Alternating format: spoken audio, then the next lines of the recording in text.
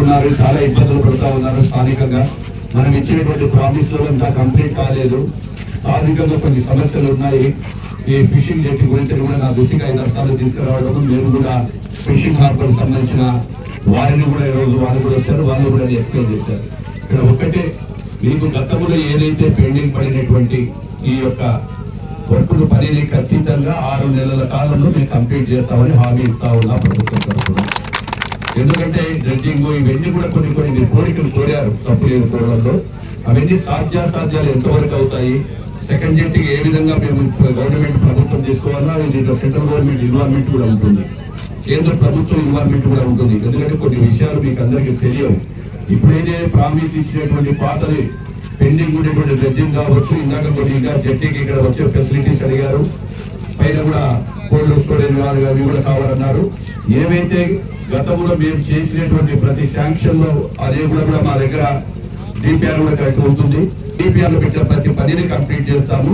కొత్తగా మీరు పెట్టిన ప్రపోజల్స్ అది కూడా ప్రభుత్వానికి ఒక నివేదిక సంబంధించి ప్లాట్ఫామ్ టెలిస్పెక్ట్ చేశారు. మిగతాది మ్యారిటైమ్ చేస్తారా, ఎంత చేస్తారు, గవర్నమెంట్ చేస్తారా, ప్రోత్సాహం చేస్తారా అని చెప్పి మంత్రి గారిని ఇక్కడ తీసుకొచ్చారు.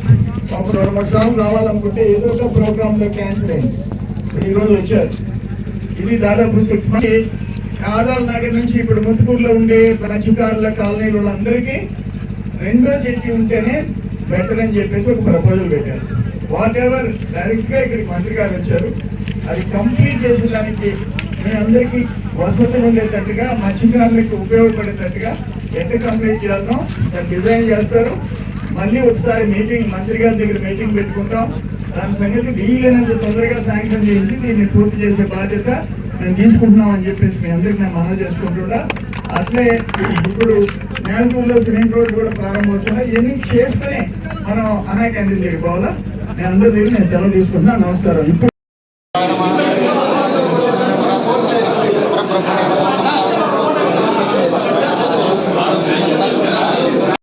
వారందరూ కూడా సమయానికి భోజనం చేయాలా.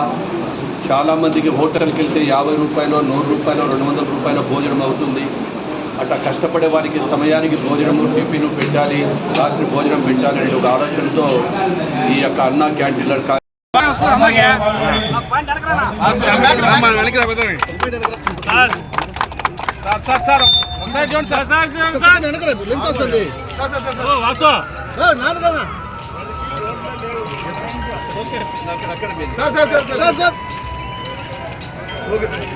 శాఖ మంత్రి గారు గౌరవనీయులు బీసీ జనార్దన్ రెడ్డి గారు, గౌరవ నెల్లూరు పార్లమెంట్ సభ్యులు రామిరెడ్డి ప్రభాకర్ రెడ్డి గారు, గౌరవ దీనికి సంబంధించిన మ్యారిటైమ్ బోర్డు చైర్మన్ సత్యనారాయణ గారు, రామంచర్ల, మన కార్పొరేషన్ చైర్మన్ పెళ్ళకూరు శ్రీనివాసరెడ్డి గారు, ఇన్లాండ్ కార్పొరేషన్ చైర్మన్ మన నరసింహప్రసాద్ గారు, నెల్లూరు జిల్లా బీజేపీ అధ్యక్షులు వంశీరెడ్డి గారు, జనార్దన్ గారు, మల్లికార్జున యాదవ్ గారు, వేదిక మీద ఉన్న పెద్దలందరికీ నాయకులతో కూడా చెప్పడం జరిగింది. ఇచ్చిన మాట ప్రకారం ఏదైతే ఆ జట్టికి సంబంధించిన మిగిలినటువంటి కార్యక్రమాన్ని 6 నెలల్లో కంప్లీట్ చేసి మళ్ళీ మీ గ్రామానికి మేము ఏదైతే మాట ఇచ్చామో దానికి కూడా నేను వస్తానని చెప్పి ఖచ్చితంగా తెలియజేస్తాను ఇచ్చిన మాట ప్రకారం. ఎందుకంటే 6 నెలల్లో కంప్లీట్ చేస్తామన్నాం. అధికారులను కూడా పిలిపించి 2-3 రోజుల్లోనే వాళ్ళన్నీ కూడా కంప్లీట్ చేసి దాన్ని కంప్లీట్ చేస్తామని తెలియజేస్తూ ఇక్కడికి వచ్చినప్పుడు స్వాగతం పలికిన ప్రతి ఒక్కరికి కూడా హృదయపూర్వక ధన్యవాదాలు తెలియజేస్తూ సెలవు తీసుకుంటున్నాను. జై హింద్.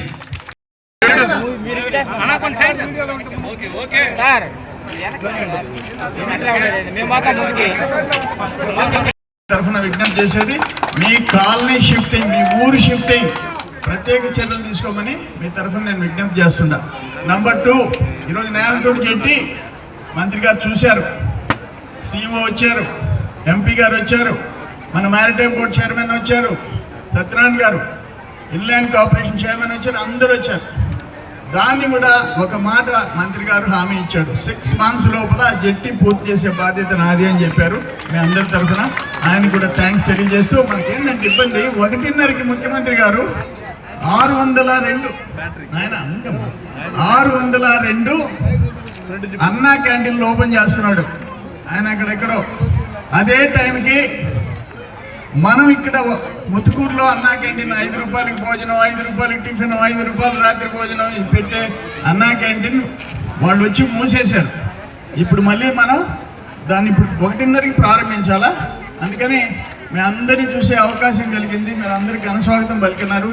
మీ తరఫున మంత్రి గారికి మీ కోరికలన్నీ విజ్ఞప్తి చేశాను. డెఫినెట్గా అన్నీ సాధించుకుంటామని తెలియజేసుకుంటూ మీ అందరికీ సెలవు తీసుకుంటాను. నమస్కారం.